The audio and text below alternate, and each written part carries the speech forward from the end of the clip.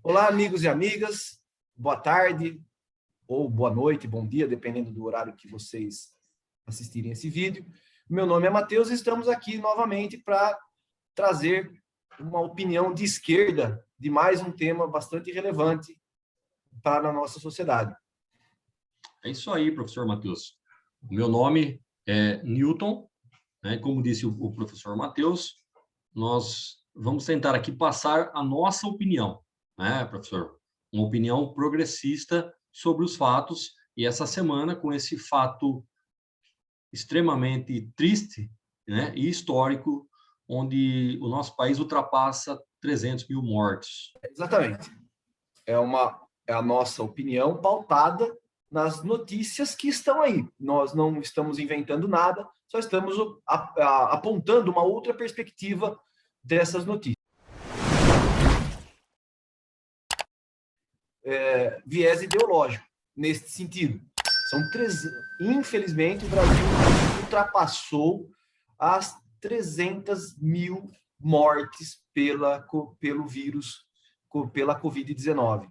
É uma marca muito triste, é um recorde muito triste, como outros recordes muito tristes que o Brasil vem batendo nos últimos anos, e que, infelizmente, nós não conseguimos enxergar uma perspectiva de resolução muito a curto prazo. Para a gente ter uma noção do que nós estamos falando, hoje são aproximadamente, né, segundo dados aí da OMS, pouco mais, não, bastante, né?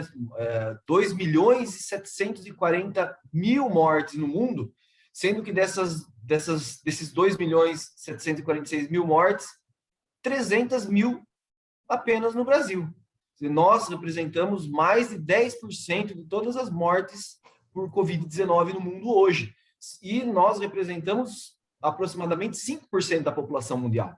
Então, nós vivemos num planeta com mais de 7 bilhões de habitantes, e o Brasil tem aí em torno de 215 milhões de habitantes. E já estamos representando hoje 10% de todas as mortes, o que nos coloca no centro do combate à Covid.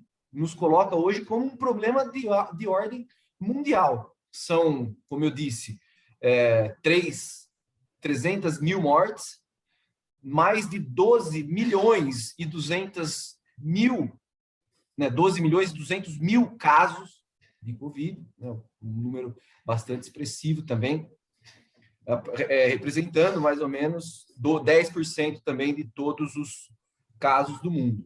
Infelizmente, como eu já disse, é um problema que, ao nosso modo de entender, não vem sendo combatido. Muito pelo contrário, o que nós percebemos é que há uma política de expansão mesmo da Covid-19, sem a mínima preocupação com o que está acontecendo com a população. É triste, né, professor? Esse estudo foi publicado lá na BBC News. Eles constataram aí no final do ano passado que o risco de morrer de Covid-19 no Brasil ele foi 3 vezes maior do que em qualquer lugar do mundo. Isso não tem como dizer que isso tem qualquer tipo de viés ideológico, como você já mencionou, né? São fatos, são estudos, e tudo que a gente fala aqui é baseado na ciência, não é no achismo, né? Não é no que a gente imagina ou no que a gente recebe aí nos grupos de WhatsApp e considera verdade, entende? 3 vezes mais chance.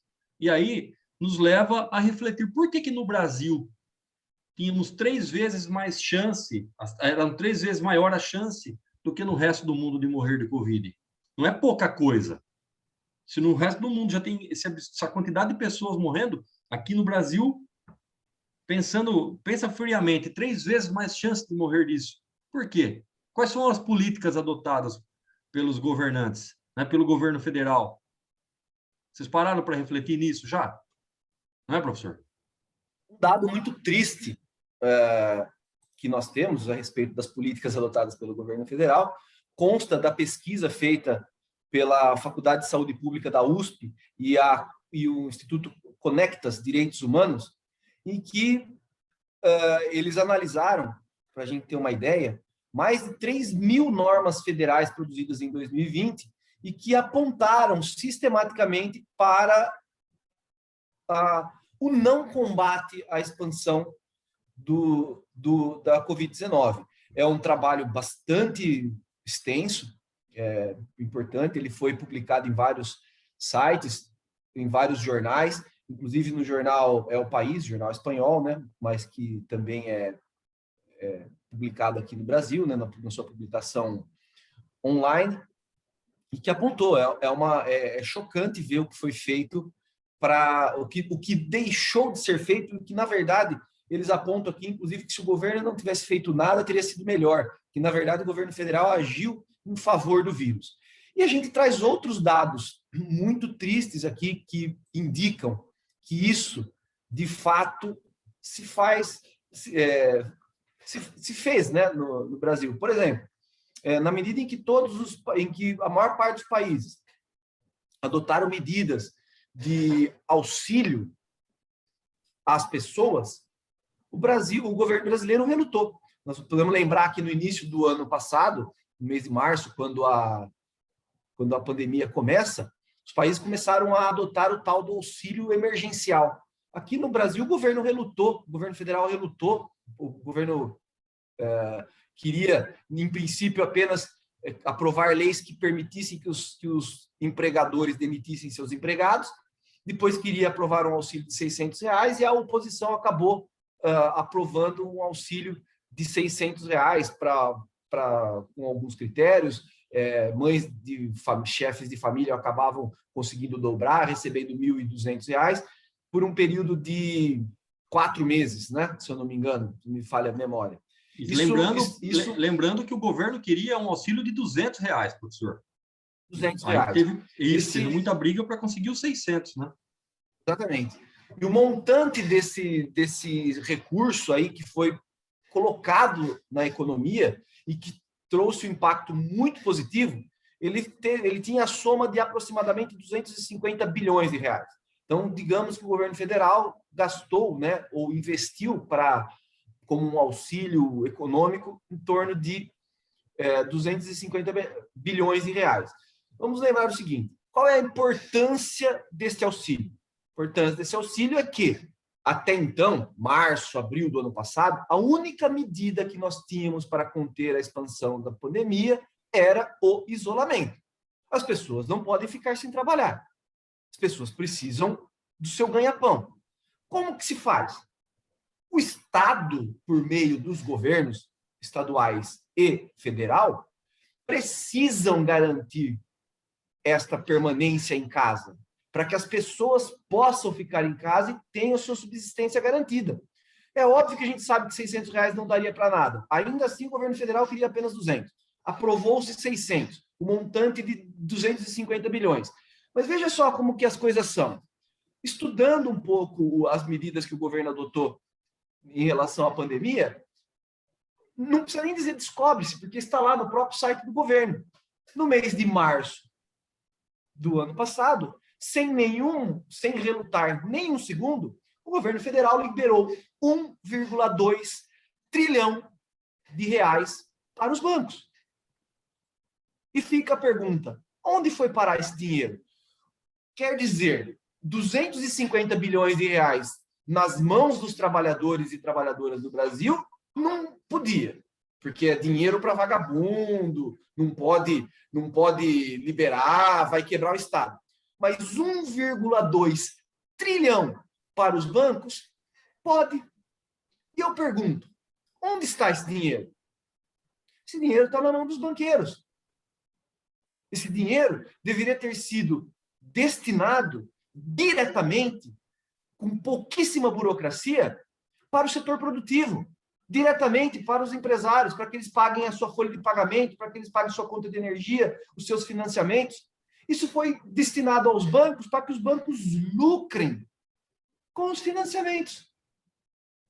E é óbvio que numa crise como essa que nós estamos vivendo, crise econômica que nós já tratamos, somada à pandemia, Quem é louco de ir lá contrair um financiamento sem saber se vai poder pagar? Tendo que dar o seu patrimônio como garantia do pagamento, que é isso que os bancos cobram. É isso que os bancos cobram. Sabe qual é a garantia, professor, que o governo pediu para os bancos, liberando esse montante de recursos? O patrimônio, né? O patrimônio que, eventualmente, aquele que fosse contratar o seu negócio, o seu empréstimo, desce de contrapartida para o banco. Ou seja, os bancos, efetivamente, não sofreram prejuízo nenhum. E digo mais, vamos pensar aí, o que esses banqueiros estão fazendo com esse dinheiro, movimentando um ano nas suas operações financeiras? 1,2 trilhão de reais. Esse 0,2 é o que foi usado para... Só esse 0,2 deu um aporte muito importante para o auxílio emergencial ano passado. Veja só, se foi o que movimentou a economia, né, professor? E isso movimentou a economia, mas com muito custo, foram 200 bilhões de reais. Só para os bancos foi 1 bilhão e 200 bilhões. E esse dinheiro foi para os bancos venderem esse dinheiro para os seus clientes. Olha só, vou projetar uma outra tela aqui, para servir de embasamento também, né? Lá do portal da transparência, ó. Lá tem o ano de 2020 e tem o ano de 2021. São os recursos federais destinados ao combate da pandemia, ou, né, do coronavírus, aí, do Covid-19. Em 2020, foram gastos 12,54% dos recursos, né, do governo no combate à pandemia. Esse ano, não foi gasto ainda nem 1% desses recursos. Tá? Quando você pega ali do total de investimento, 0,18% é o que o governo gastou, que ele investiu até agora no combate à pandemia. Tanto que existem mentiras correndo nos grupos de WhatsApp, a gente sabe, né, dizendo que o governo federal repassou bilhões para os governadores e esses ficaram com dinheiro, para os prefeitos e ficaram com dinheiro. E as pessoas acreditam nessas coisas ainda. As pessoas insistem em acreditar. Que é uma mentira, né, professor? Porque existe no Brasil, na estrutura administrativa do Brasil, em unidades da federação, existe algo chamado Pacto Federativo. O governo federal não doa nada para os estados. Ele repassa, porque ele é o concentrador maior dos impostos. Então, na nossa organização, o governo federal concentra os impostos e redistribui no chamado Pacto Federativo. Isso não é favor nenhum. Isso aí todos os governos fazem de qualquer partido para qualquer partido político. Isso é uma obrigação. Mas o pior é quando você procura, professor, esse assunto, e você vai ver que o governador está reclamando, os governadores estão reclamando, e com razão, de todo o montante que o governo federal devia ter repassado para os estados, né, e por sua vez chegar aos municípios, né, para combater o Covid, foi repassado 20% do montante somente, que era o que seria de direito para combater. Então, o governo federal ainda tem mais, parece que joga contra o combate, parece não, está muito claro, né? Joga contra o combate à doença. Então, aí falta insumos, falta medicamentos, falta equipamento, falta salário para médico, falta contratação de enfermeiros, de funcionários, né? Que como vai pagar? Como que você vai conseguir custear isso? Se quem deveria repassar esse dinheiro repassou 20% do montante somente, né? E aí nos grupos paralelos de WhatsApp, aquele monte de mentira correndo e as pessoas acreditando nisso. Não que os governos de estado estejam isentos, porque nós estamos aqui também num estado que é conduzido com políticas ultraliberais e que também pouquíssima coisa fez para conter a pandemia. Tanto que o estado de São Paulo apresenta os piores números quase de todos os estados brasileiros. Mas por que nós estamos falando disso? E vou trazer um exemplo do que foi feito em alguns outros países. Porque essa era, e ainda é, a única forma de nós interrompermos a transmissão do vírus. Estão sendo apresentados números absurdos hoje São aproximadamente 80, perto de 90 mil novos casos por dia no país. Ultrapassamos a marca dos 3 mil mortos por dia. Ou nós adotamos o distanciamento e o isolamento, ou isso vai se estender até sabe-se lá quando, porque nós sabemos que vacina em massa mesmo nós só teremos para daqui a alguns 3 ou 4 meses. Porque o governo federal se negou a comprar vacina quando todos os países estavam comprando já no ano passado. Sim. O senhor Nildo tem um dado aí. É importante ficar claro, né, professor? É importante ficar claro que a nossa opinião, ela não tem contestação, né? Não tem, os próprios especialistas, os médicos, dizem que existem duas medidas, correto? Ou é a vacina... Somos nós falando, né? Ou é o distanciamento. Veja bem, então, nós estamos vendo aí ondas de protestos em cidades contra os prefeitos devido ao lockdown. Veja bem, nós não vamos julgar, né, professor? Nós entendemos a posição dos comerciantes, nós entendemos que eles precisam vender os seus produtos ou prestar os seus serviços, cada um no seu ramo de atividade, mas é aí que entra essa questão da obrigação que teria o governo federal em ajudar esses comerciantes, esses empresários, né, com diversas medidas, como o professor Matheus ia se colocar agora e ia demonstrar. Depois eu vou mostrar para vocês aqui, ou ele pode ler, né, que vários países do mundo adotaram medidas para ajudar as suas empresas, né, desde Japão, China, Alemanha, tudo mais. Todos os países adotaram. Por que o Brasil é diferente? Por que aqui não existe?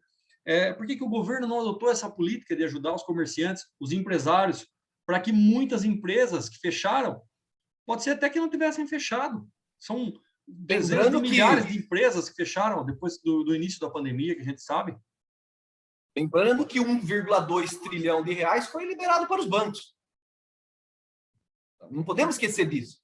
E aí a gente fala, né, que nós vamos dar a nossa opinião de esquerda, progressista, alguém pode dizer comunista, e eu vou pegar como exemplo os Estados Unidos, que até então era governado por um louco, como o nosso atual presidente, e que agora passaram pelo processo eleitoral e existe digamos, um ser humano normal presidindo os Estados Unidos. Acabou de lançar agora, final de janeiro, início de fevereiro, um plano de recuperação econômica. Eles vão destinar, a título de investimento e de auxílio aos trabalhadores, 1,9 trilhão de dólares. Só um dado importante que eles colocam, porque como eles dizem que a educação é algo importante, como nós dizemos aqui, somos professores e sabemos da importância da abertura das escolas, eles destinaram desse montante 130 bilhões de dólares para recuperação e adaptação das escolas para poder reabrir para a sua reabertura, colocando como algo importante. O auxílio será agora de um aporte de até 1.400 dólares para trabalhadores que ganham até 70 mil dólares no ano. Mas, muito provavelmente, isso ocorrerá em 2 parcelas, de em torno de 1.400 dólares. Então, veja a diferença de um país que busca sua recuperação econômica preservando a saúde da população. E veja o que é feito no Brasil. Eu recebi um vídeo essa semana de um suposto empresário dizendo que só é a favor do lockdown quem tem seu rendimento garantido. É óbvio, mas é por isso que nós estamos dizendo, o Estado teria que garantir o rendimento a todos para que a gente estivesse em lockdown e interrompêssemos a transmissão do vírus. Mas nós estamos vivendo numa loucura, um mundo paralelo, em que as pessoas entendem que mesmo que a gente tiver que morrer, tem que trabalhar porque não tem outra solução. Porque o nosso governo federal cria a ideia de que o lockdown não é algo importante e que isso vai acabar com a economia. Mas se nós não tivermos trabalhadores porque as pessoas estão morrendo, como nós vamos recuperar a economia? Enquanto países que saíram na frente, né, a própria China, que muitas vezes nós vimos notícias injustas, né, com relação ao próprio coronavírus, a situação, foi exemplo no combate à doença. E o Japão, é um dado que está disponível lá no portal G1, o Japão, ele pagou $900 para cada um dos seus cidadãos, para que eles ficassem em casa e não saíssem na rua. Não era só para quem era extremamente pobre ou estava morrendo, não. Para todos. Então, tem vários exemplos. Se vocês colocarem lá, esses professores estão inventando as coisas. Coloca no Google, procura ali. Está lá, da China, o que o governo chinês fez, o que o governo da Alemanha fez, o governo da França, da Espanha, da África do Sul, e assim vai. Tem vários exemplos aqui, e outros que ainda nem constam aqui, que vocês podem procurar e tirar as suas dúvidas. O governo do Chile, da Colômbia, da Argentina, tá? Então, a estatística e a informação está aí para que vocês não sejam enganados. E a nossa ideia, além de dar a nossa opinião, que é justamente a esquerda, nós acreditamos que só se consegue uma economia justa quando o pobre ele é incluído no sistema. É por isso que, às vezes, as pessoas nos chamam de comunistas, esquerdistas, mas isso não nos ofende, né, professor? Muito pelo contrário. Saber que você gosta, que você preserva a vida, que você gosta, que você acha que todo mundo tem que ter o mínimo para sobreviver, e se para isso você tem que descontentar uma parcela que acha que só ela tem que acumular, não é problema para a gente, né, professor? Não, justamente pelo contrário, né? Na verdade, eu me sinto até elogiado se me chamam de comunista, porque eu me sinto alguém que defende a vida humana, que defende as relações humanas harmoniosas, respeitosas. Mas, enfim, a questão que se coloca é essa. E nós estamos discutindo muito o auxílio, óbvio que precisamos de uma recuperação econômica, porque, na verdade, nós estamos muito atrasados com a vacinação, porque o nosso governo negou a vacinação até a semana passada. E hoje nós vivemos uma situação tão surreal que a gente não consegue mais acreditar nas informações que o governo passa sobre a quantidade de doses de vacinas, porque a cada dia ele anuncia uma quantidade e horas depois ele anuncia a redução daquela quantidade que ele anunciou. E os cálculos que a gente faz é que não haverá vacinação suficientemente grande ao ponto de causar impactos no combate à pandemia até pelo menos o meio do ano. E nós estamos vivendo um ritmo crescente de mortes diárias e que se estima aí que até o meio do ano já vamos passar de 500 mil mortes. Então, é justo. Eu ouvi o vídeo que esse suposto comerciante mandou. Se você analisar ele apenas pela perspectiva dele, parece, olha, interessante, nós precisamos trabalhar, nós carregamos esse país nas costas. Eu digo o seguinte, vá cobrar do seu governo que ele garanta a existência do seu negócio. O trabalhador tem que cobrar do Estado a manutenção, a preservação da sua vida em casa. E é esse o discurso que nós fazemos aqui. Nós não podemos ser irresponsáveis e dizer que as coisas têm que abrir, porque as pessoas têm que pagar as contas. É óbvio que todo mundo tem que pagar as contas. O responsável pela condução da política que garanta a manutenção da sociedade estável, estabilizada, com bem-estar, é do Estado, é do governo. E eles não estão fazendo nada, estão muito pelo contrário. Estão jogando a responsabilidade para nós, trabalhadores, os comerciantes, os empresários, e o resultado está aí. 300 mil mortes, com a possibilidade de até o meio do ano nós chegarmos a 500 mil. Isso não é número, isso são pessoas. Aqueles que porventura assistirem esse vídeo e que tiveram por alguma ocasião, né, infeliz da vida, contato com alguém que passou por esse problema, ou até mesmo que veio a óbito, deve entender o que eu estou dizendo. Não é número isso. São pessoas. São 300 mil famílias que perderam seus entes. Pelo menos um, né? Outras tantas estão sequeladas. Sim. Que por conta de ter pego a doença, não ter morrido, mas que estão sofrendo sequelas. Dado importante aí, apontado pela Unifesp. 1 em cada 4 doente de Covid em estado grave, que sobrevive e morre em até 6 meses. Olha o tamanho da tragédia que nós estamos vivendo. E nós vemos um governo que reluta no auxílio emergencial para que as pessoas parem de circular e que reluta na vacinação. Esse é o nosso cenário. E nós falamos que nós damos a opinião de esquerda, né? A esquerda, e pegamos só exemplo de país capitalista. Capitalista no último. Bom, pessoal, era isso, né?